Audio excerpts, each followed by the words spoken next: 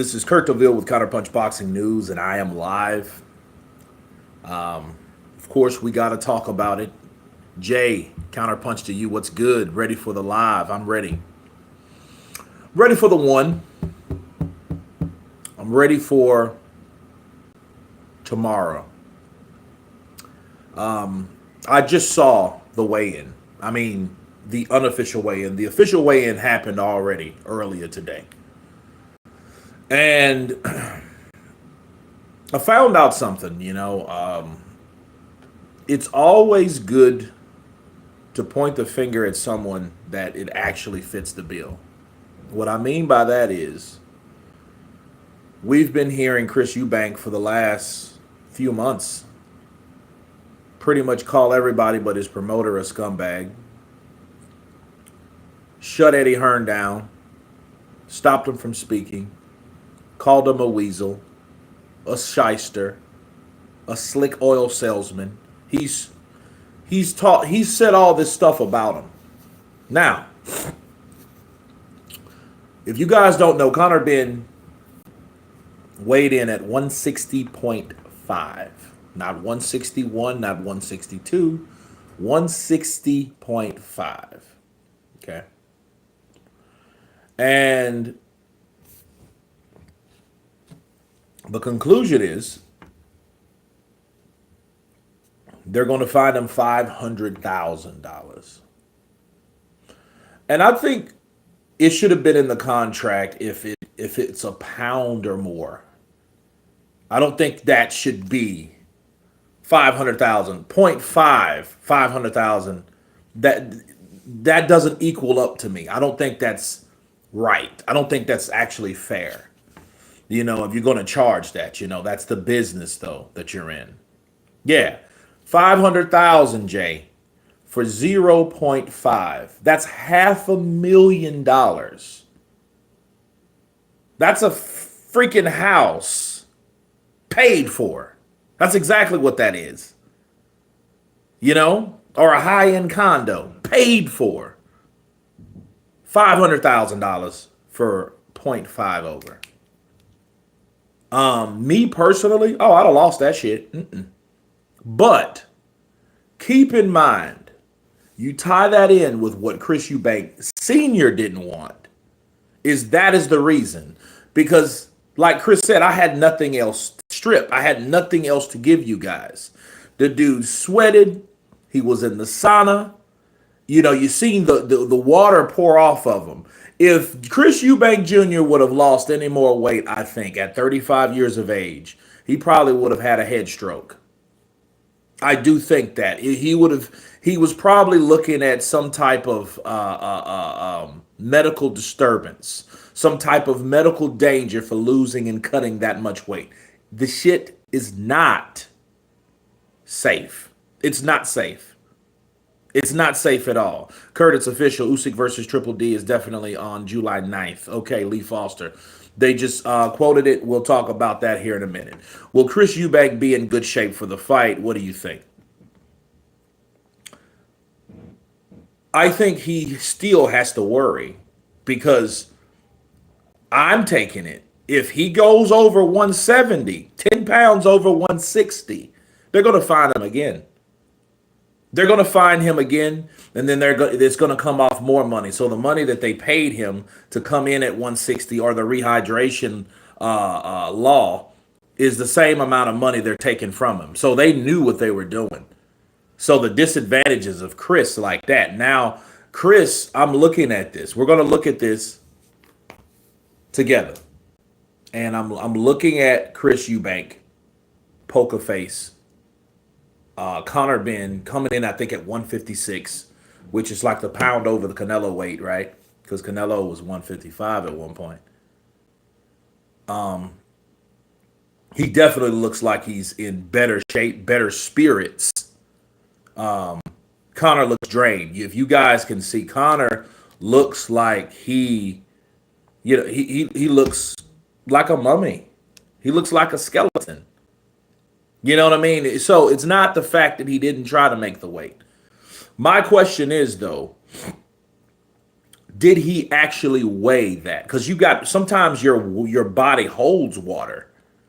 You know what I mean? Because I think when he tried again, he was even heavier, which is crazy. Then that just shows you that his body was not designed to be 160 pounds at 35 years of age. He could not make the weight. That's it. That's simple. He could not make the weight, period. You know, and I got an assessment, but I'm going to give you my counterpunch on this. But 500,000, that's way too much. You know, and in the fact that they, you know, I think it should have been more, a pound or more than that 500,000. So if in other words, if he came in at a pound over, none of that percentage shit, because how many fights have you saw where someone has 147 point whatever, and they still was able to fight, and it wasn't any, they didn't lose a belt, they weren't stripped. It's been a lot of fights like that if you saw, because that 0.4 or 0.5, as long as it's not a pound over, they're fine, because it's in the realm of that, still that weight. Not, oh, you're anything over 160. That was some stipulations that was concocted by Team Matchroom with Eddie Hearn. That was some slick bullshit. It was. You know what I mean? I wouldn't have agreed to that. I would have agreed to no a pound or more. Because if it's 0.5, you're going to find me $500,000 for 0.5? Or point anything. Especially 0.5. It's crazy.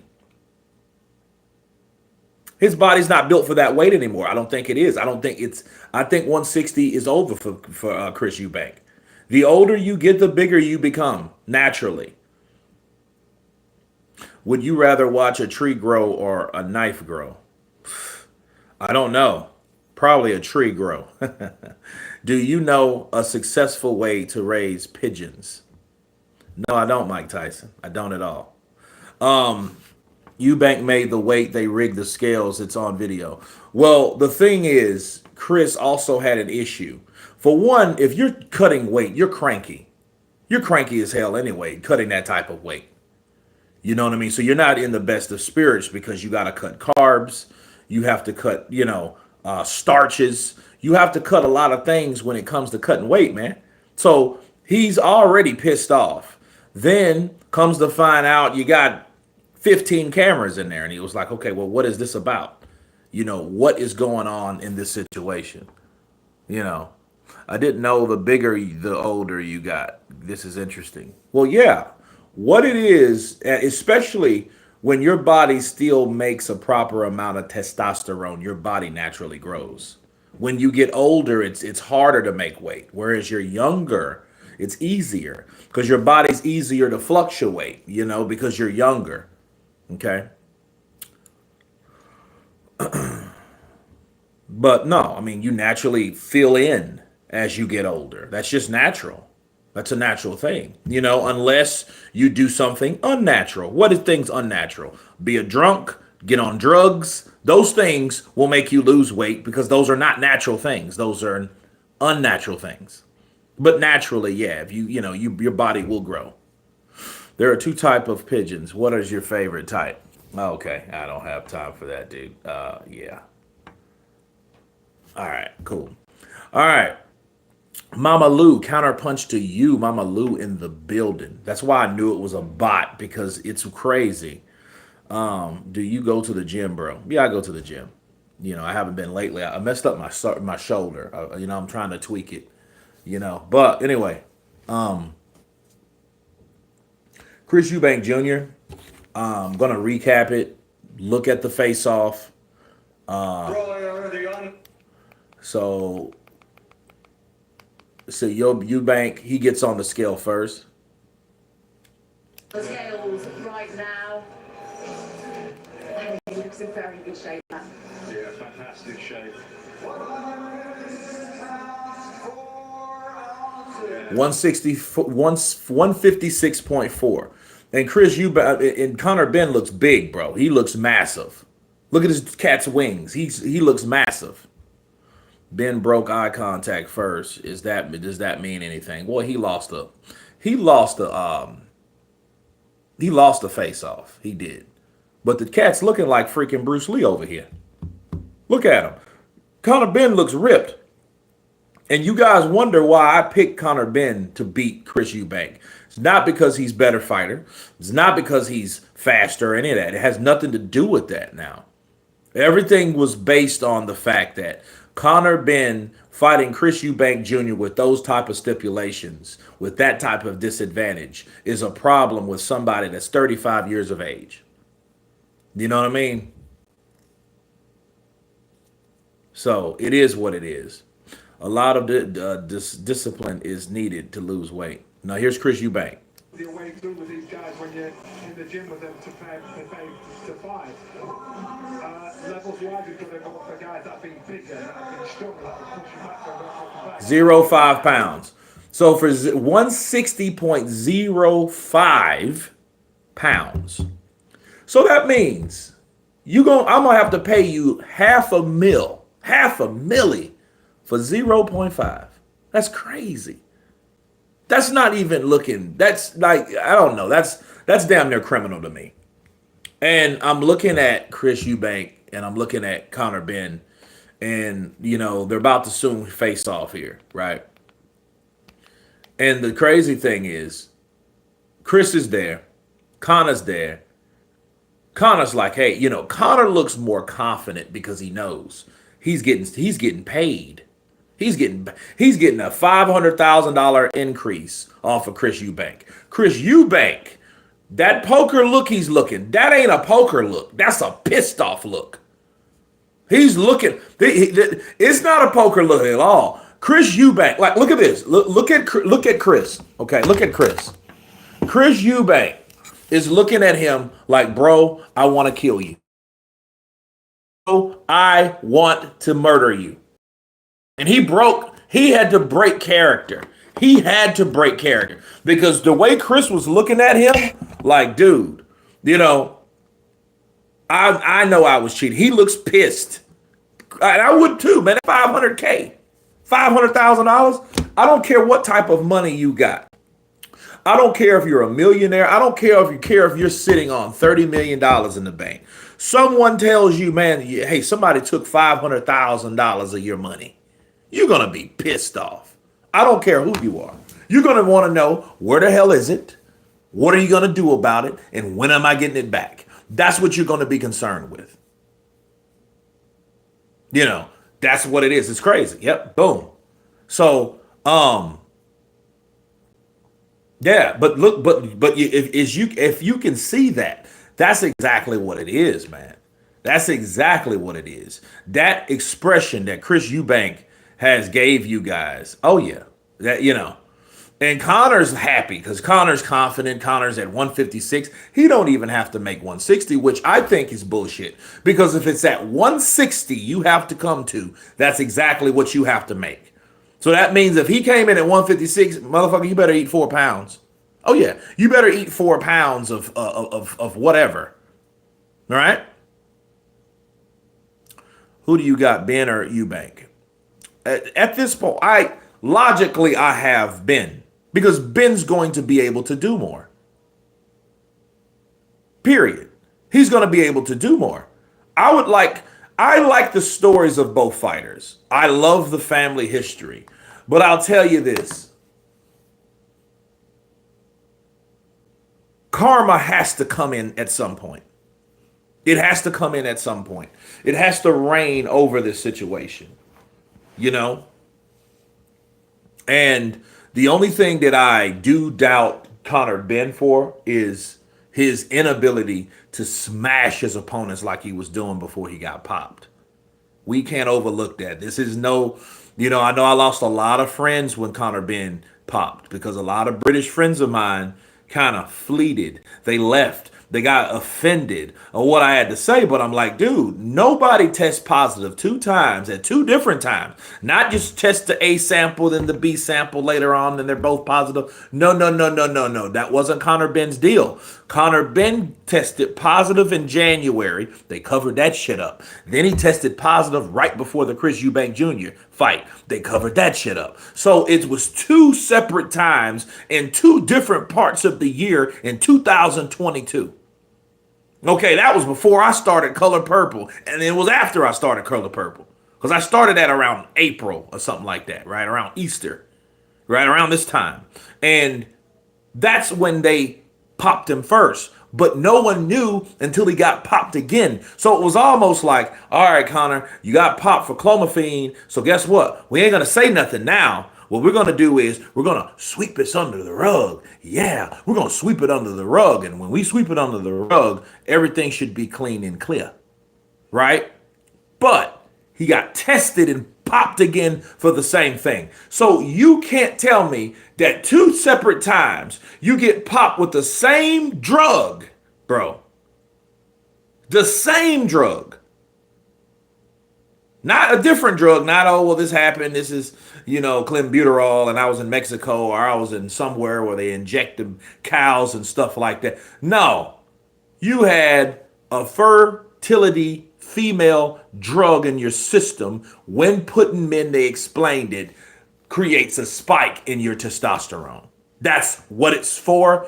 That's the edge. That's what the intention. And Conor Benn was knocking people out.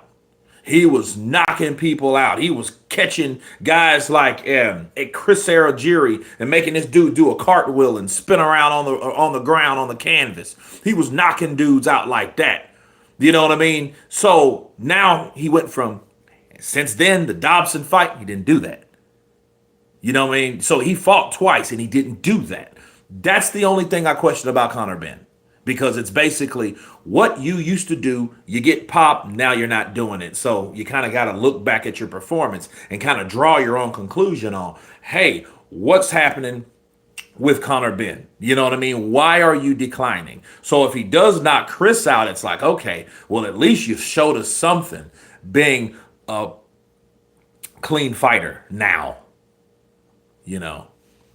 Why does Conor Benn's dad keep mentioning William Skull? I've seen him mentioning him like 5 times the last few days. Who cares about William Skull? Well, Lennox Lewis, the GOAT, he's saying that to give you guys, or to paint a picture that his son has no problems fighting bigger guys. And ideally, Chris Eubank will come in at 168, 169. Hopefully 170. God forbids 170 point anything else, because they're going to fine him another amount of money. But he's going to come in at that amount, okay, Lennox? So what's William Skull? William Skull is a 168 pounder. So his dad is saying, William Skull, he whooped and he jumped on him, mate. And then, he whooped William Skull, right? And he's showing you that Conor Benn can handle bigger guys. Because Chris Eubank Jr. is a bigger guy, needless to say, and is going to be that size on that day, which I think that rehydration clause is a bit much. What do you think about Nigel Benn talking about sparring stories? I don't like it. I mean, let's reverse it. If Conor Benn would have got knocked out by somebody, you think we would have really been hearing about it? You think that if he would have got beat up by someone like Tank Davis in sparring, or someone like Barbosa, or someone that came in to spar with his son and they gave his son the blues, do you think he would be running his mouth about that? No. So if that's the case, okay, that's not right. You wouldn't want anyone talking about your son in sparring, which is practice boxing. You wouldn't want that to happen. So why would you throw Skull's name under the bus? Okay. The only way it makes sense is he goes and tells stories about when Conor Benn did get his ass whooped in sparring. Yeah, that would only make it fair, because now you're doing contrast and comparison, positive and negative at the same time. Not just, William Skull, his name was William Skull, he was whooping the mate. He was jumping on, pouncing on the mate. So, that's not cool. Because a lot of people, you know what I mean? Hey, him and Martin McCauley now are in the same boat, right? They're talking shit about what they did or what they seen in sparring, which is taboo. You don't do that anyway. See, the noble thing to do. You think Chris Eubank Sr. would be talking that way? No. That's what Chris Eubank Sr. is talking about. Things that he doesn't like, things that he doesn't agree with, those type of things. Okay? McCauley versus Conor, the spar championship. Yeah, the Bill Keaveney. Yeah, the sparring kings. I know, bro. I mean, just mean it's pointless in the ground scheme of things. He's mentioning it like William Skull has been making noise in the boxing scene. He hasn't. He's just Canelo's tune-up for Crawford. Yeah, well, I mean, he's also the puzzle piece that makes Canelo double undisputed as well. You guys understand? Canelo Alvarez is doing the same thing that Alexander Usyk's doing with Daniel Dubois. And if it's on July 19th, okay, it's been set for July 19th. You know, they've already put everything in motion with the WBO and the IBF, apparently, stating that, hey, allowing these guys to fight for all the belts, but understand something about the IBF. As soon as that shit comes vacant, as soon as that fight's over, he has so many days to fight.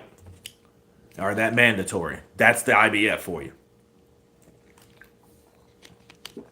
So, but it won't matter anyway after that fight, simply based off the fact that if Alexander Usyk gets it again, there's no reason for him to really defend it because he's already got it and he's already beat Tyson Fury twice. So that's kind of like the defense anyway, since he gave that belt up anyway. He's just getting that belt back. So getting that belt makes him double undisputed, and who cares if you're double undisputed? That's who you are, and that's what people see Alexander Usyk, the cat, anyway, the undisputed champion. So you already see him as that. Danny Dubois has just been knocking guys out, and he's got a following and everything like that. But understand, remember the history, remember the formation, remember what Alexander Usyk did. He gave that belt up. So, because he was like, I'll let somebody else fight for it and I'll come back and get it later. And that's exactly what he's doing. So, there you go. Sugar Ray Robinson, Marvin Hagler. Sugar Ray Robinson. He's just bigger. Well, yeah. Sugar Ray Robinson. Yeah. I bet 10,000 on Conor Benn for 24. Wow, Mr. Swamp, get it in. You and Showbiz, you guys are... Man, you go ahead, Big Bank Hanks. Marvin Hagler versus Bernard Hopkins. Ooh, I don't know. I think you got to add the proper thing to do is Bernard Hopkins win. You know what I mean? Are we talking about the Bernard Hopkins in 2008 or 9? Or are we talking about the Bernard Hopkins in 2001? There's a difference. Big difference. Tommy Hearns versus Canelo. I think Tommy could give Canelo problems because Tommy Hearns could box you and give you angles from the outside. And he's taller and rangier. I wish we had more opponents for Usyk instead of constant rematches. We do. It's just, the thing is, we was going to run into this anyway. That's the reality of it. Because see, if AJ... if AJ would have beat Dubois, because it was going to eventually happen, AJ was going to fight Dubois or Hrgovic. The only way that he ended up fighting anybody new, as if Hrgovic beat Dubois and then beat Joshua, and then he will be fighting. He probably would have fought Parker, and then Parker would have probably beat Hrgovic, more than likely. And then he would have fought Joseph Parker. But that didn't happen because AJ got his ass whooped by Dubois, and Usyk already beat Dubois on the WBA end. He just ended up with the IBF on the IBF end. So, it is what it is. You know what I mean? So these guys got to win fights. These new kids on the block have to win fights, or if given the opportunity. Then Joseph Parker was the new guy. Philip Hrgovic did lose to Dubois. So therefore, Alexander Usyk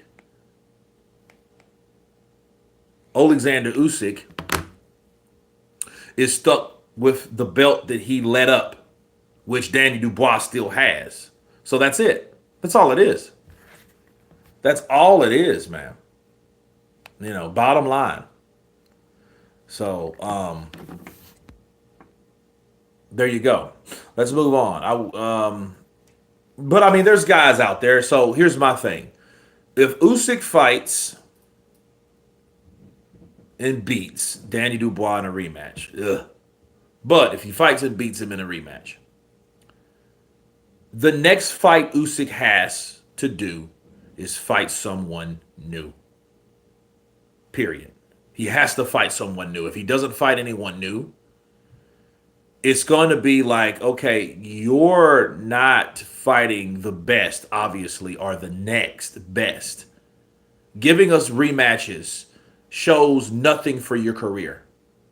And I'll tell you this, guys, and I like Usyk. You guys know I support Usyk.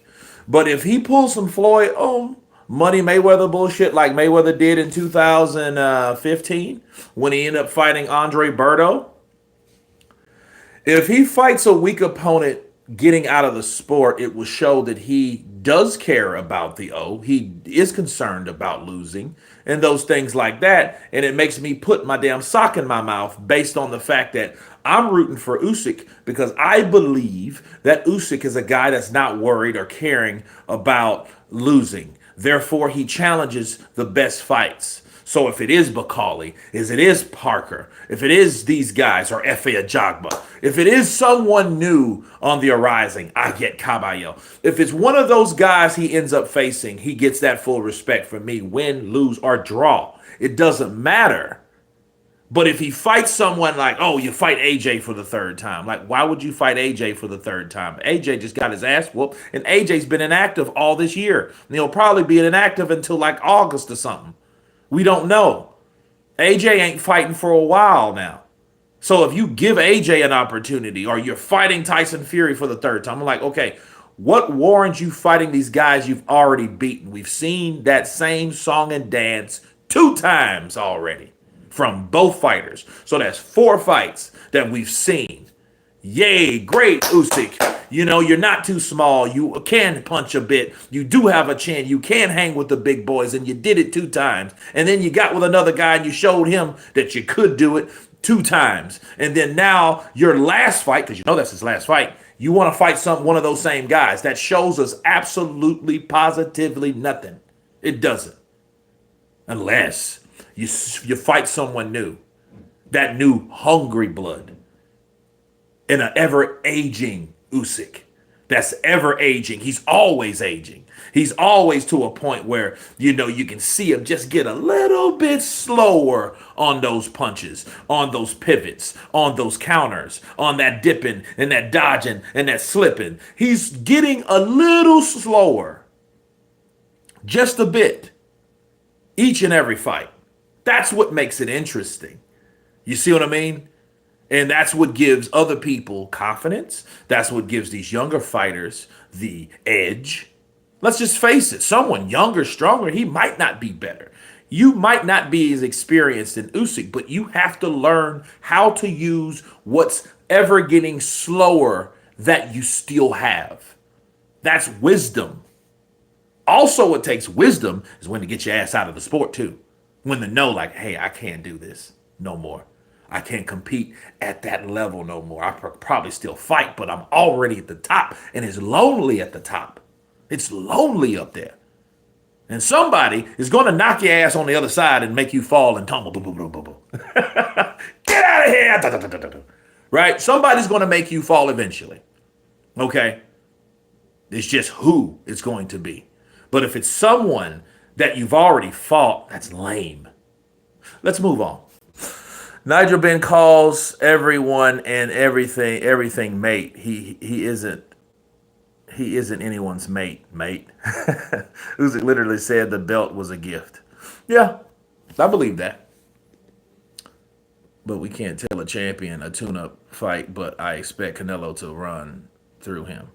Well, here's the thing about Canelo. Understand this. Canelo may be 34, turning 35 years of age. I think his birthday is in July on the 18th, I think, or the 24th. One of those dates, right? It's in July, okay? All right. Canelo, understand something about Canelo Alvarez. Rude awakening. This isn't the Canelo of 2001 or 21, right? It's not that same dude anymore. The Munguia fight, boom, boom, drops Munguia, but he fights 12 rounds. The Canelo of old would have stopped Munguia, would have stopped Belanga. He didn't do that. Would have stopped Ryder. Didn't do that. Those guys were fighting and they fought. He fought these guys 12 rounds. What does that tell you? He either no longer has the desire or no longer has the drive to press the gas to kick that ass. Bars. He no longer has that. Okay? That's what it's showing us. What does that mean? By default, he's slowing down too. Those guys can't keep kicking ass fight after fight after fight after fight. Some things are occurring, and we're witnessing that with Canelo Alvarez as well. We're witnessing him getting slower. We're witnessing him not doing what he normally used to do. Like, you see how he stopped Plant? That's how he did it. Billy Joe made him quit round 5. That's how he did it. But not now. Now he's taking these dudes, working, still doing a good job, but it's not that great job. It's not that eliteness that we're accustomed to. That's the Canelo we're dealing with right now. Okay, so him, if he goes 12 rounds with Skull, more of the same shit that we've been seeing. Can he beat Skull? I'm pretty sure he can. But I think he's going to do just enough to beat Skull. But anyway, let's move on. Kurt, let's say Triple D beats Usyk and then they have a rematch. The fight might be Usyk's last 2 fights. Well, that's definitely Daniel's legacy. That's his legacy. Hey, I beat the man that nobody beat. That's Daniel's legacy. And see, if Daniel beats him in the second fight and they do have a third fight, it won't be for undisputed. It will be the same way it was between Usyk and Tyson. They will fight, but it won't be for the IBF belt. That IBF belt will be stripped because that's what the IBF does, which they should. Right? Daniel gets to be undisputed heavyweight champion for a day or a week or 8 days or 9 days, however the amount of time it takes them to strip Daniel, because he's not fighting the mandatory, which who would be the mandatory? Derek Chisora, right? So he will be that way. So then they will fight for the remaining of those belts. And then somebody else will fight for the IBF. So somebody else will essentially become Daniel Dubois now, how Daniel Dubois is the IBF champion. But it says, do you think Julian Jackson had the power to KO Canelo at 154? Understand something about Canelo. I think people underestimate and at the same time overestimate. And let me explain. They underestimate his skill, and I think they overestimate his chin. See, someone like Julian Jackson, the question you ask yourself is, could Julian Jackson catch Canelo with a shot to knock him out like that? That's the question you ask yourself. Because when you start talking about those elite fighters that slip and dip in their sleep, you remember the Caleb Plant fight or press conference? Caleb Plant took a swing at him and slapped him, and Canelo dipped that quick because it was first nature. He knew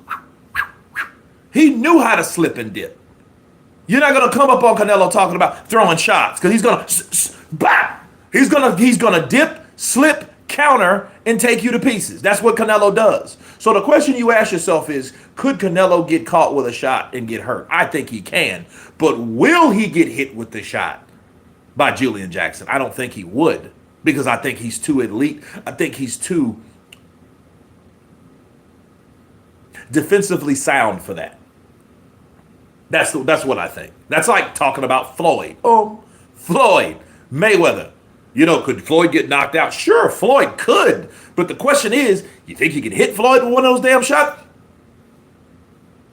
You think he could hit Floyd? Really? That's Floyd Mayweather. You think he could hit Floyd with a shot like that? I mean, that's just like, could he get? Yes. In short, yes. Julian Jackson could probably knock out a lot of people. James Toney, Roy Jones. But is he going to hit James Toney? Is he going to hit Roy? That's the question you ask yourself. So moving on. Let's see. The rematches are not Usyk's fault. He fights who are the top operators, and unfortunately, they are rematches. 500K for 23 grams, aka 0.05 pounds, is nuts. Yes, it is nuts. I agree. And Chris, and this is what they're talking about. We'll tell you when I read this film. I've never been in a weighing. Everyone's contracted. Yeah, but that's at 6 p.m. Yeah, why is everyone there? What do you mean, why is everyone there? What is filmed for? Why is it looking filmed in? I don't understand. Why did you just let the Ring magazine do it then? No, one's got the Ring magazine, please.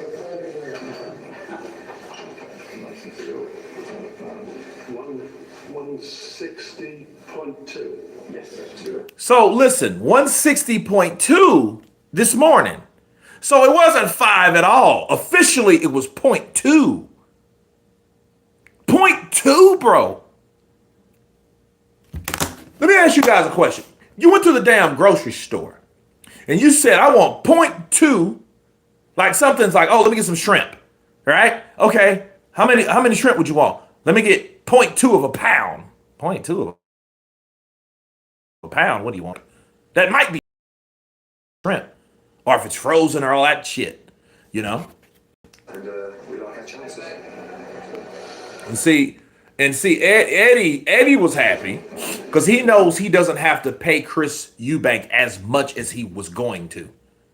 That's what it is. See, keep in mind this. I want people to understand this too. Chris Eubank was paid handsomely for the rehydration. So what Chris is doing now, he's just kind of budgeting. Okay, I'm getting whatever the amount of money is, 2.8 or whatever. Then but then I got paid more extra for the rehydration. Since I'm getting paid extra, that 500K, if it's not 500K extra, is coming out of that. Okay, so if it's more than that, that's where it's coming from. So basically, Chris is getting the same amount of money anyway. He's just not getting the bonus he thought he was going to get because he's already fined the extra that it took him to keep within the parameters of the rehydration clause. Do you see what I'm saying? So they're taking it away from the extra bonus that he was going to get making those rules or abiding by those rules. You see what I'm saying? So that's what that is. I want to see Caballero versus Dubois. I want to see Caballero versus Dubois too. I just wonder at what point will, because I think if Dubois loses to Usyk again, I think Frank Warren will then have no reason to protect nor promote Daniel to that capacity.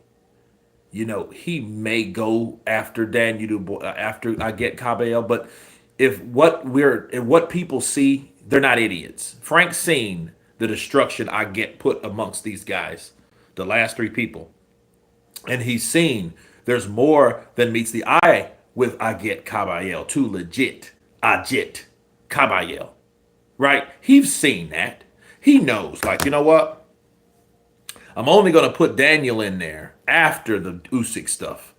Because if Usyk beats Daniel, he'll probably put him in there because now that's his next fighter's opportunity to get or to be back where he was. Because Usyk's not going to be around forever. So if Usyk goes and then has to fight, I don't know, maybe Derek Chisora again, but who the hell wants to see Derek Chisora versus Usyk?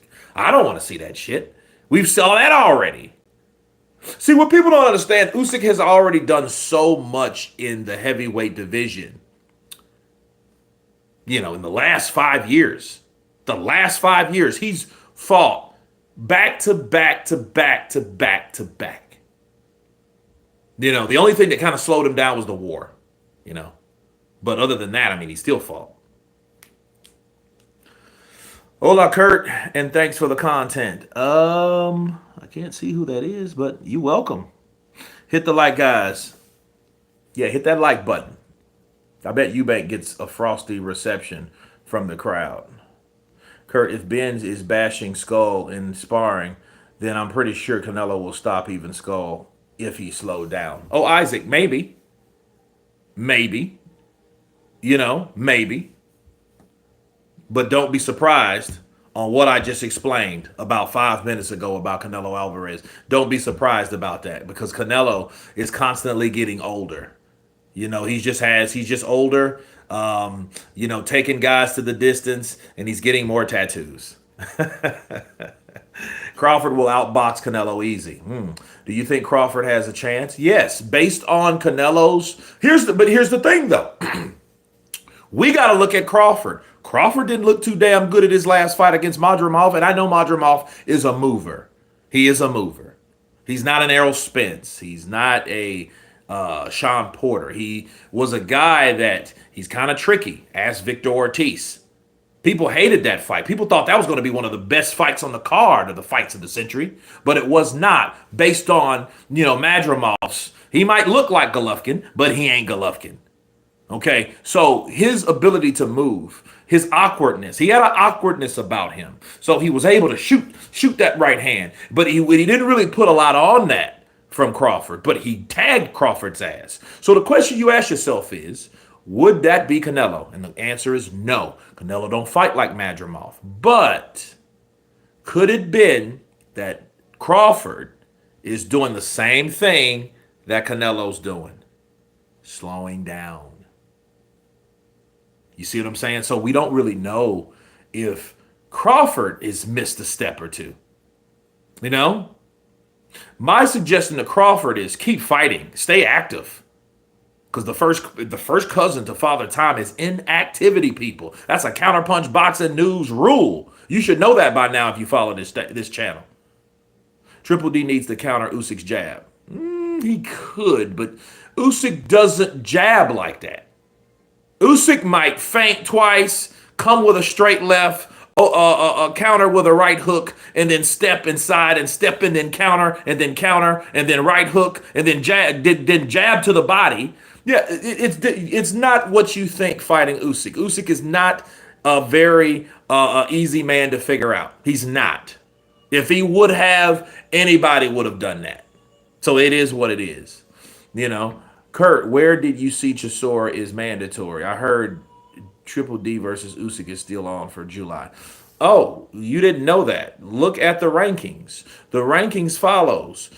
Derek Chisora is mandatory. Okay, he's mandatory, and he's mandatory based on the fact that Mark Bacali took the fight with Joseph Parker. Mark Bacali was supposed to fight Efe Ajagba for the #1 mandatory. But since he obeyed or agreed to Turki Al-Sheikh's rules, what he did was he forfeited his IBF opportunity to be #1 mandatory. Since that shit happened, then he was off limits, which was unfair totally for Efe Ajagba. Because Efe Ajagba could have had the opportunity had he beat Bacali in their upcoming fight. But he doesn't get it either. So it's shitty. It's shitty all the way around. If anything, if the IBF was smart, what the IBF could have done was, the IBF could have said, hey, you know what? Chisora, if you beat Ajagba, if Ajagba beats Bacali, then you'll become #1. That's how it should have been. But that ain't how it went. Okay, so that being said, people, I think that overall, Bacali forfeited him because he had to fight for the WBA. That was for the the WBO interim. Okay, so since he was the WBO interim and fought for that belt, he lost his rights for the #1. That's how that went. So Kwan's Big Guns, that it's supposed to have been Bacali, but it's not no more. That's why that idea was stupid. So they did that for a bag. I don't know how much money that they got, but I think Billy, I think he was thinking selfishly. I don't think he was even thinking about that. I think he thought, you know what, I can get my fighter in, win, lose, or draw, and I can get him for 2 fights. I don't give a shit about his rankings, which he should if he's his trainer or advisor or has his best interest at heart. He should have been or informed or counseled Bacali like, look, man, you don't want to lose this opportunity. I know Turkey's a big wig and all this shit, but, man, if you lose, you're going to lose the IBF that it's taken you years to get to. And people didn't want to fight Bacali. So Bacali had to start doing the new Nigel Benn shit, talking about what's going on in sparring, right? So he started telling and spilling and confessing all these sparring rumors with these guys that he's taxed that ass. And I whooped AJ, I whooped Tyson Fury, I whooped Usyk, I stopped him, I broke Daniel Dubois' nose. So he was talking about all these particular things that he's done, and he felt he had to do it because that was his marketing bargaining chip. when it came to the rest of the heavyweights, okay? That's what Martin McCauley did, and he took all that shit and threw it right out of the window when he went to Saudi Arabia and got knocked out in the second rounds against a guy that was game, that was conditioned, that was in shape, that was prepared for a fight, and his name is Joseph Parker. There you go.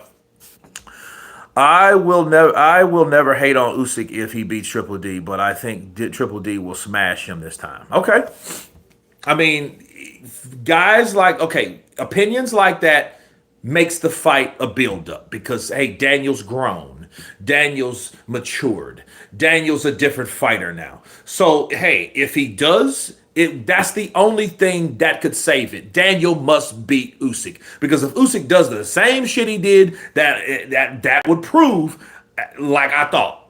I think Daniel has not improved. I think Daniel has been the same dude. That's why people say, oh man, Daniel on drugs, he's on PEDs. I don't think he's on PEDs. I just think he hasn't fought the guys that made him quit the first time. He ain't been in there with a Joyce that could take 100 punches from him, and he ain't been in there with Usyk, a guy that can move and box like that. He ain't been in there with guys like that lately or since them. Okay? That's all I'm saying about Daniel Dubois. I have nothing against Daniel Dubois. I just think he's been the same guy. No, he's not on PEDs. Yes, he is the same type of fighter. He just hasn't been challenged and pushed the same way he'd been pushed back then. That's my take on it for right now. Yes, he beat the shit out of Joshua. He surprised me in the Hergovic fight. Jarrell Miller, I kind of figured that because Jarrell Miller couldn't even move. He was too big. He had to try to hold Dubois to punch him, to set to punch. Because he was so big. He was so out of shape. So I kind of seen that coming. But the Hergovic was a surprise. And the AJ fight was definitely a surprise. Okay. So moving forward. A commentator said earlier that that's the same weight as an egg. Yeah. So if he gets fined $500,000 for 0.5, how much will he get fined if he comes out? I don't know. We'll know if that happens, which I don't want to know because I don't want it to happen. Because at that point, it will be all a money scam and it will be all a scheme. You know what I mean? And then see, Chris Eubank Jr., I hope he wins. Don't get me wrong. I hope he batters Conor Benn. But logic tells you he won't. Because of all what we're dealing with right now. See, Chris put himself in a bad situation with a lot of people when he decided to speak his opinion about these big people in the sport. Eddie Hearn, Frank Warren, Kel Sauerland, a lot of these guys call them scumbags in their face. They were there.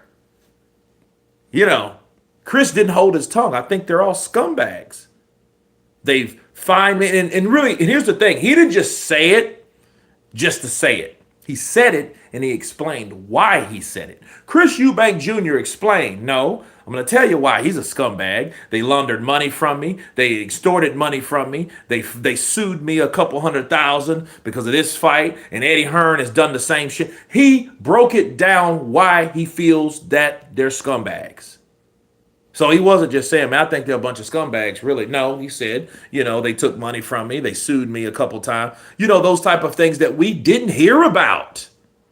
So it was good for us to hear. But all that Chris Eubank Jr. said, exposed a lot of people. I have people that don't even follow boxing sending me shit like I didn't know it. But you know what I mean? It just lets you know that no one has came out of their shell to do what Chris Eubank Jr. did. So bravo for Chris Eubank Jr. He's the pioneer of someone that is not afraid to speak. He did what Bernard Hopkins actually did to Don King back in the day. If you can remember, Bernard Hopkins did the same thing to Don King. All in America, baby. That guy.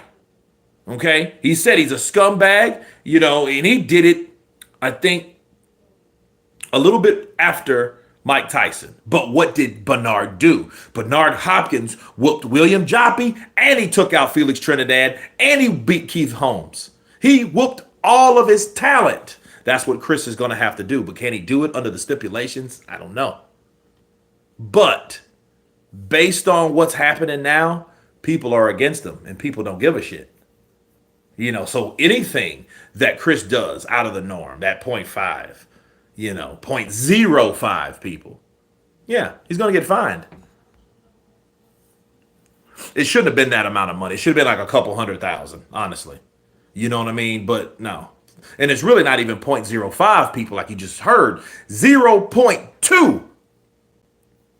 And if he came back and it was 0.5, that meant his body could not give up any. His body at 35 years of age held that water in, because if he would have lost that 0 point, he probably would have had a stroke. You guys didn't see. Hold on a second. Let me show you guys something. I don't know if it's on this phone or not.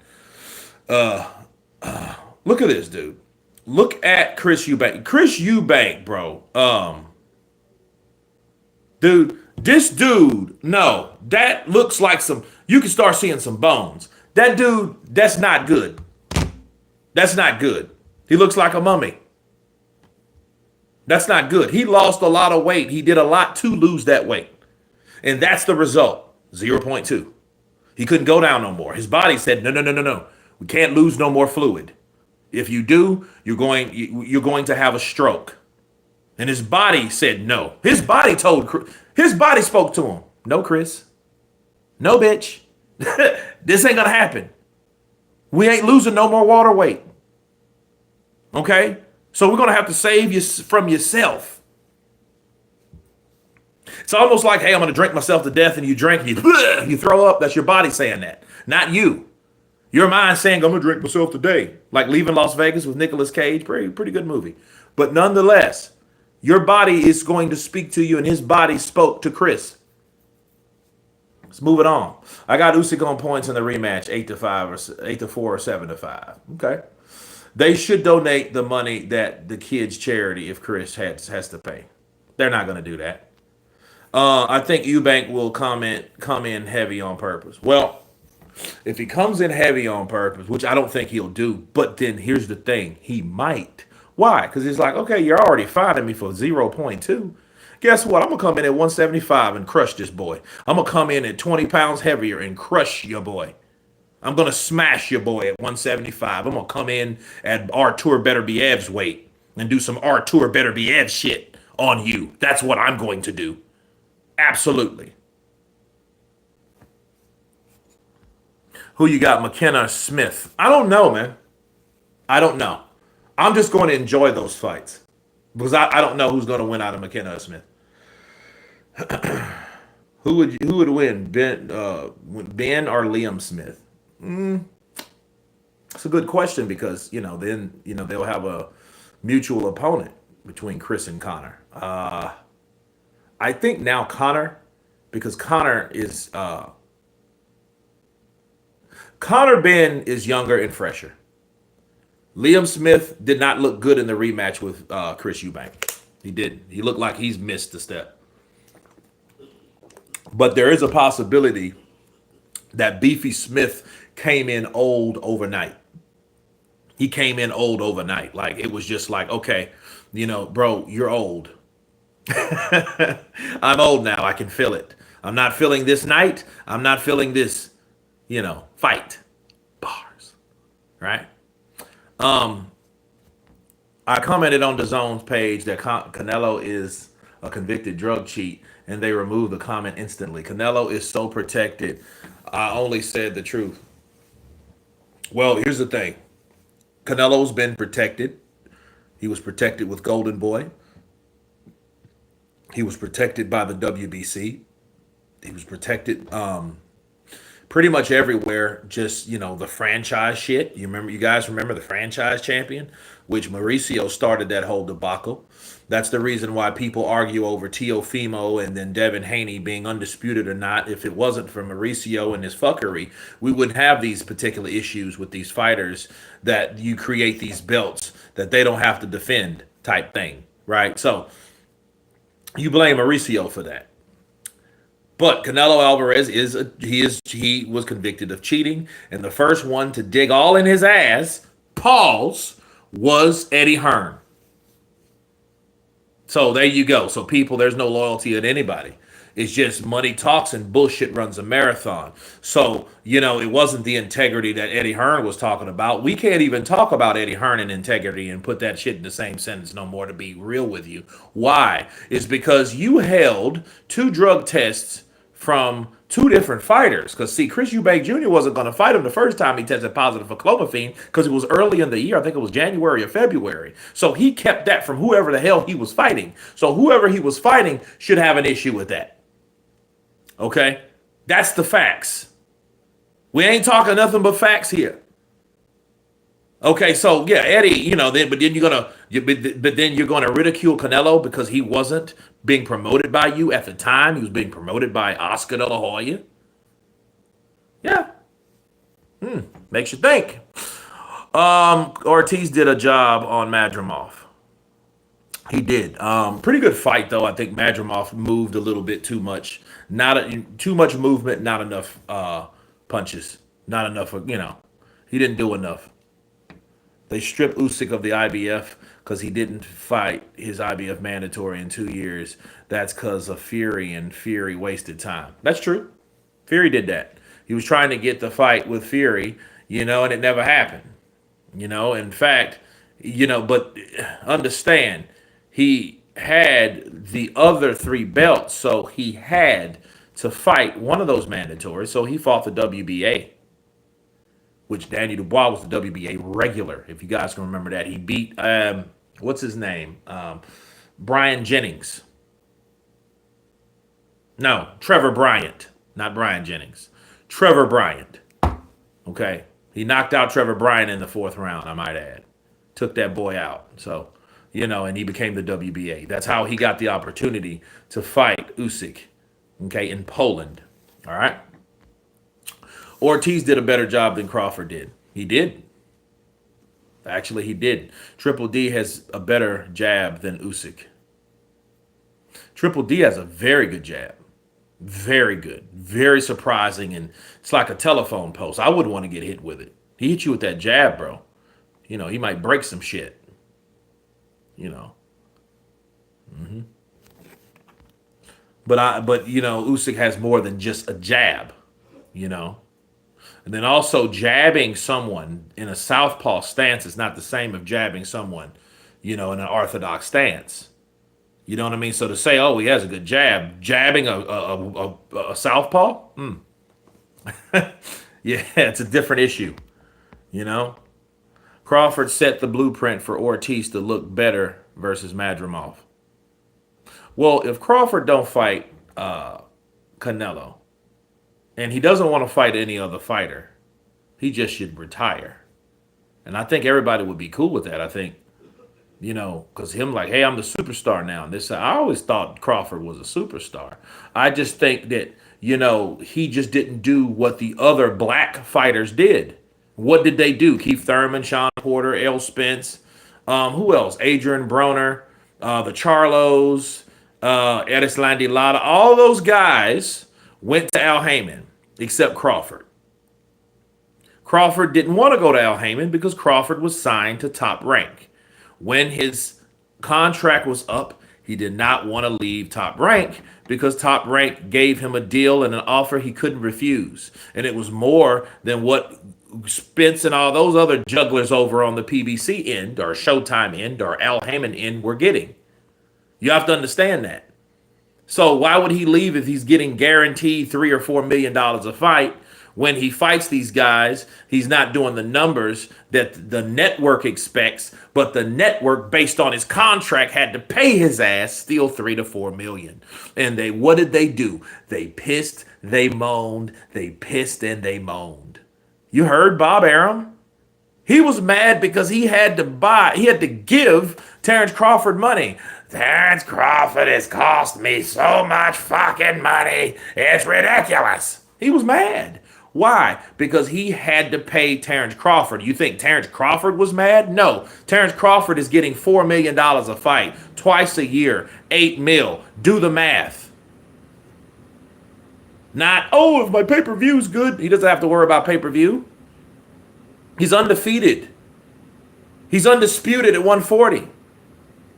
People didn't really care about that. People were just trying to sweep his name under the rug, make him look bad. Because a lot of these guys, though, a lot of these channels, they were for Al Haymon because they thought Al Haymon was specifically for black fighters, which he was not. He was not. And those guys that were black fighters got brainwashed into thinking that he was only for black fighters. That's why they went with him, thinking that he was that dude, but he wasn't. He had Spanish fighters, he had white fighters, he had all types of fighters. It wasn't just black fighters. See, a group of channels made you think that. So that's that. You know? And, you know, Floyd, you know, I'm not African. I'm American. Call me American. He didn't want to, he's not pro-black anything. He's pro-cash. Yeah. So, no, I mean, Terrence Crawford and they got on against Terrence because Terrence didn't want to join the shit show on the PBC end.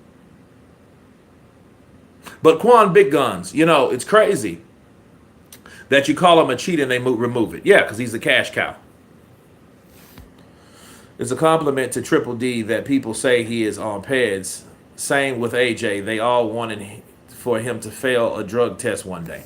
Yes, and then no. Because AJ, everyone knows why. If you guys don't know why AJ was accused of doing drugs,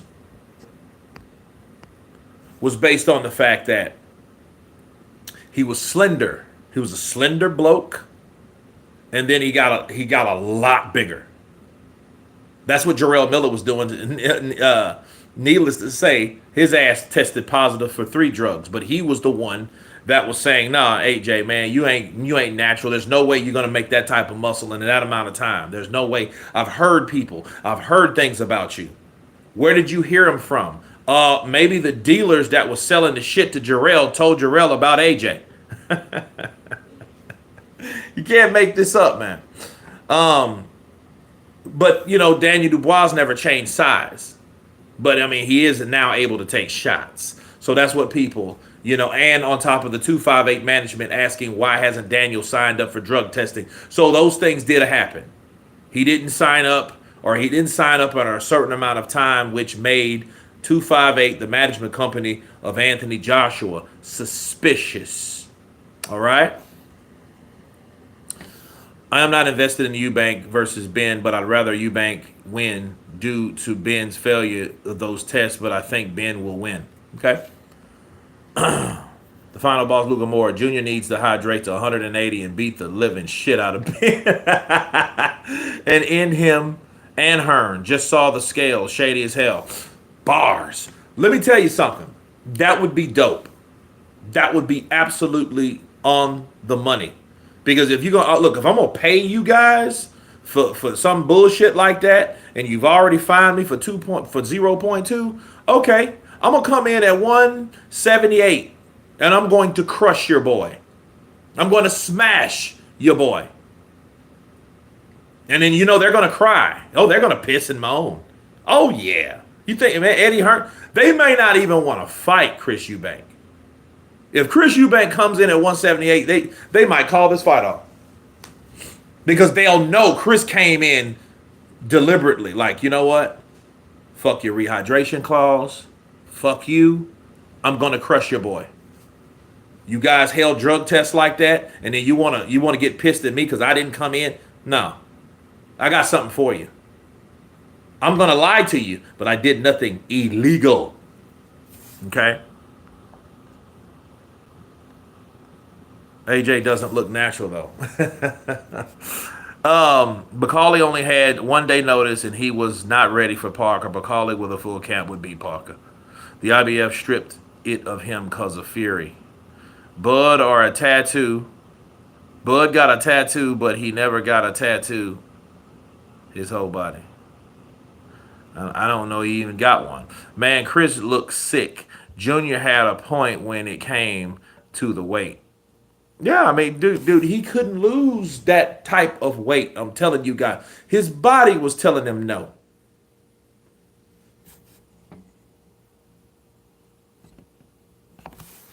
AJ on some supplements. I mean, guy that works out like that, I mean, he should be on supplements. You know? That's all. Should have, would have, could have. Kirk, please give me a shout out. Big Gavin from Glasgow, Scotland, forever. Gav, Big Gav in the building. Shout out to Scotland in the building. That's what I'm talking about. Yo, Kurt, for some reason on my other phone, it says comments are turned off. I've had to try this phone. I don't know, man. I don't know what's going on with it. I mean, I've been reading comments. You know, got a nice crowd, nice vibe going here. I do want to hear what Chris Eubank has to say, and Conor Benn, to be fair. Here we go. But understand this. Yeah, Chris, this may be fuel. You know, he may decide to just bypass that whole rehydration clause. Just bypass it. Like, look, I'm gonna pay. If I gotta pay you $500,000, I might as well pay you a meal to come in comfortably, because there is no reason that you're finding me like this. You know. So I'm not doing that.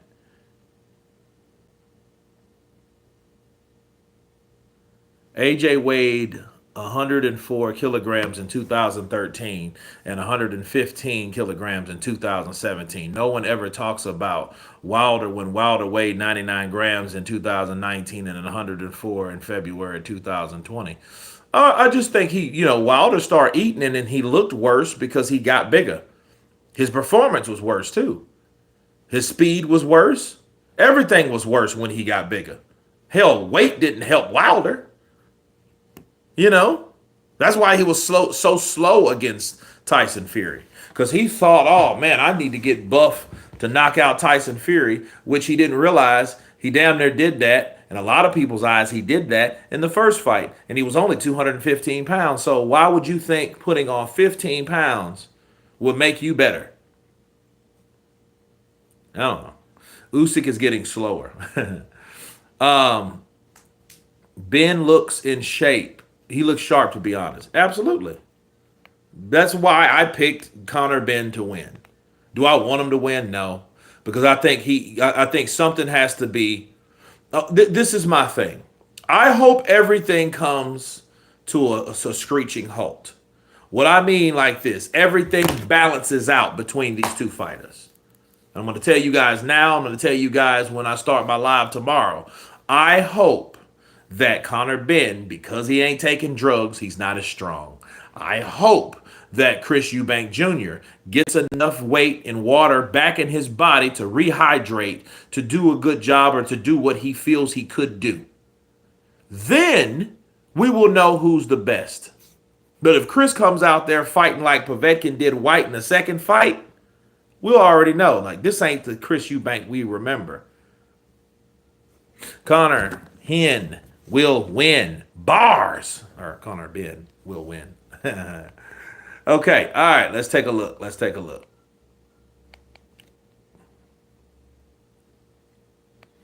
Okay. All right. We got past all that. Yeah, but no, Chris looked like a bro. He looked pissed. Yeah, Chris is mad, bro. He's pissed. Chris is pissed off. And then look, here's the thing. Let's see what he has to say. Let's see what Conor has to say. All right. In a few moments, I think he's with Conor Benn first. Conor Benn, what a stage the world awaits tomorrow night. Firstly, your reaction to everything that happened regarding Chris's weight this morning. I mean, it's an expensive price to pay, isn't it?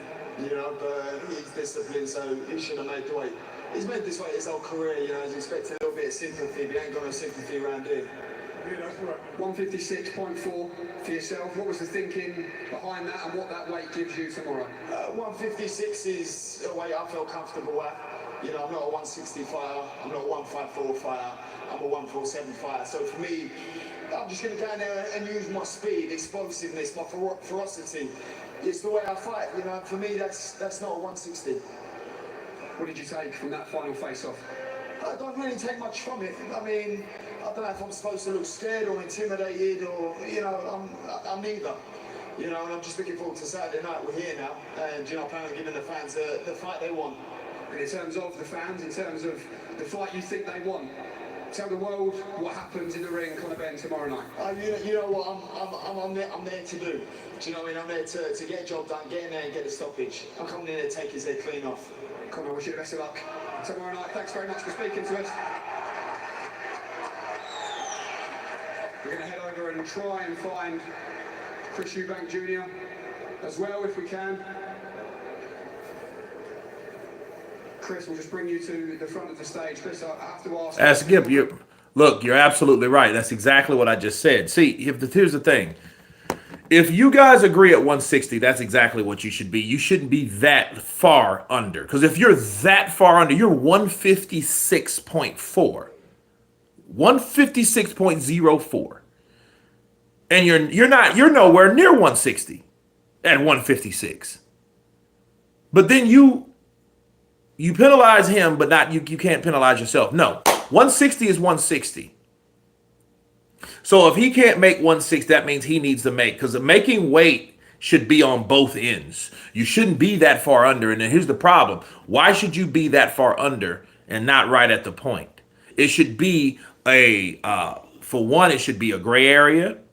Okay. It should be a grace period or a gray area, or, you know what I mean, where you have a certain amount of bargaining to deal with. Look, if he couldn't come in, because that's not right. I'm just coming in with a weight that I'm comfortable with. Well, that's not fair to Conor, with Chris. Now, it is his weight, to be fair. So Conor is right. That is his weight. He's been making it his whole life. So there you go. But I think at 35, because remember with Chris Eubank Jr., he went to 168 at one point. Fought Groves and got whooped, and then went back to 160. If you guys can remember that. He just knew he didn't belong now. Team Rat Room was diabolical. Team Rat Room, the hell is that? Okay. Ben has to be 160. Yeah, it should be Usyk versus Parker next. It should be. I mean, and then let Daniel do whatever. After Canelo versus Triple G3, Canelo has declined. Parker doesn't deserve the Usyk fight just because he KO'd a man with 1 day notice. If you give Usyk 1 day notice, he would lose as well. Usyk's ability to train is his one of his main attributes, because that conditioning, that extreme conditioning, that preparation is what makes Usyk Usyk. Usyk wouldn't do anything that half-assed. That's just stupid. At the 160 limit, what is your version of what happened and how have you processed it all? Listen, it is what it is. If they're going to take $500,000 off of me for being 0.5 pounds off of the limit, then that's just what it is. That's the people that Eddie Hearn and Matchroom and Conor Benn are. At the end of the day, weights have no relevance to what happens tomorrow night. I'm going to go out there, I'm going to stop this guy. How do you move forward now, with caution, of course, ahead of the second day weigh-in tomorrow? Yeah, the rehydration clause is still in place, so I have to watch what I eat, I have to watch what I drink. But again, all these things, they're set up to distract, to displace, to try and get me off of track. None of it will work. I asked Conor, what did you take from that final face-off there here tonight? Nothing. He is, he's in for a hell of a surprise. He thinks he's going to go out there and, hop, skip, and a step and a right hand, as he says. He has no idea the pain that is in store for him tomorrow night. You got a great reception as you were walking down there off the stairs. I saw it brought a smile to your face. What is your promise, Chris, to all these fans who want to see you beat Conor Benn tomorrow? What's your promise to them? The procedure will be parliamentary. Damn. The procedure will be parliamentary. Let me tell you guys something. That's Chris Eubank's boy. That's his son, bro. He sounds like him. Dude, that's his son, bro. That's his son. It's crazy. Notice on the weight in that Eubank had nobody with him like friends or family. No, he's just a lone wolf. He's a lone wolf, man. That's it. He's a lone wolf. Whatever Eubank is allowed to come in at tomorrow, he will do that. Yeah, I mean, I don't think, I don't think at this point, I don't know what he'll eat. I know he mentioned double pepperoni pizza from Domino's. Bro, I used to work for Domino's. Do you know the oil in that shit? That, if you want me to blow up, give me some pizza. Dude, I will boop, boop, boop, boop, boop. First, second trimester over here. Seriously. Like, so he better be careful eating pizza, something like that. He better eat something lighter, fish, vegetables. But I mean, he has to eat some kind of carbs, bro. He has to have some kind of carbs in his system. I don't look, Domino's. I work for Domino's. I don't know, years. So no. Somebody said, "Oh, it's Domino's." No, wrong house. Mr. Senior is being childish. He has a good reason to be against the fight, but he should still be there for Junior. I do agree. And I think I know the reason. The reason is simple. Chris Eubank said that he's his own man. And then, that didn't go well with Senior. Since it didn't go well with Senior, he decided to step off and move away and all this shit, which I think is dumb. I think it's dumb. But he did say if his son wanted him to be there, he would be there. So obviously Chris Jr. hasn't asked him either. He was just talking about the fight and the promotion and everything itself and everything throughout. And he said it's disgraceful. Domino's in Chicago is ass. I tasted Domino's in Atlanta and it was way better. Quan Big Guns, let me tell you something about franchises. They don't. I did not Instagram, but I did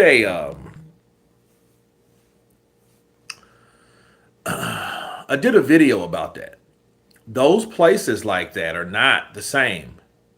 See, some places, it depends on how people make the pizza, what they put on the pizza, prepping and everything. It's different. Just like in Shreveport, Bossier, okay, where I primarily grew up, they have chicken. I want people to listen to me. It's fried chicken called Southern Classic Chicken. They call it crack chicken there because the shit's so good. So anybody goes to Louisiana, Shreveport, not New Orleans. If you're going to New Orleans, you got to go to Popeyes. Popeyes is a lot different tasting than any other place in the United States or anywhere in the world because it's originated in Popeyes. Well, the small town that I stay in mostly is Mansfield. Mansfield has the first Southern Classic. That tastes different from other ones. But they do have Southern Classic chickens like the one in Bossier. That is ass. Oh, yeah. It stinks. A lot of people don't like it. But it's the first one in Bossier City. And what they need are advisors. They need someone to come over from other stores to show them exactly how the fuck they cook the chicken. Or you know what I mean? It's just like Drago's in New Orleans. Anybody's in New Orleans that love oysters, you got to go to Drago's. Especially char-grilled oysters. Char-grilled oysters and from Drago's is magnifique, right? I could eat 3 dozen easy. I love oysters. I love them. Raw, char-grilled, don't matter. Yeah, that's me. Come out of there rocked up. You know what I mean? But seriously, I love oysters. I love Drago's. All right? Now, they made one in Bossier City. It got up to North Louisiana. Ass. Not the same. Okay, so, yeah. My favorite pizza is pizza with goat cheese, caramelized onions, and chicken. That's not from Domino's. Bryce Productions. Hi. Zayo KO Joyce twice. He did. Um, Dominoes with sausage and green peppers is awesome. You know, I actually like Dominoes with like marinara sauce or Alfredo sauce. You can make pizzas in a different ways. I like the thin crust because you can't go wrong with thin crust. You know, so but yeah, I guess I'm getting hungry. We're talking about this food, right? So that's what normally happens. You get to talking about food. We were talking about boxing, but back to but think places taste different, different places. Um, but anyway, yeah, Chris Eubank Jr. versus Conor Benn is going to be lit. It was a very interesting weigh-in. You know, we had to have some drama that kind of got us our juices flowing, you know what I mean? Got things stirred up. But I appreciate you guys coming on. I will be live tomorrow at 1:30 p.m. Central Standard Time. Okay, so that's 30 minutes before the main event so we can get people in here so you guys can share, hit that like button so we can all come together and we can enjoy and experience this epic event. You know what I'm saying? So, you guys, love you guys. Be great, be good. And everyone has been counterpunched. I'll see you tomorrow. Set your clocks, your calendars, whatever you need to do. We're coming in. And everyone has been counterpunched. Peace. Okay.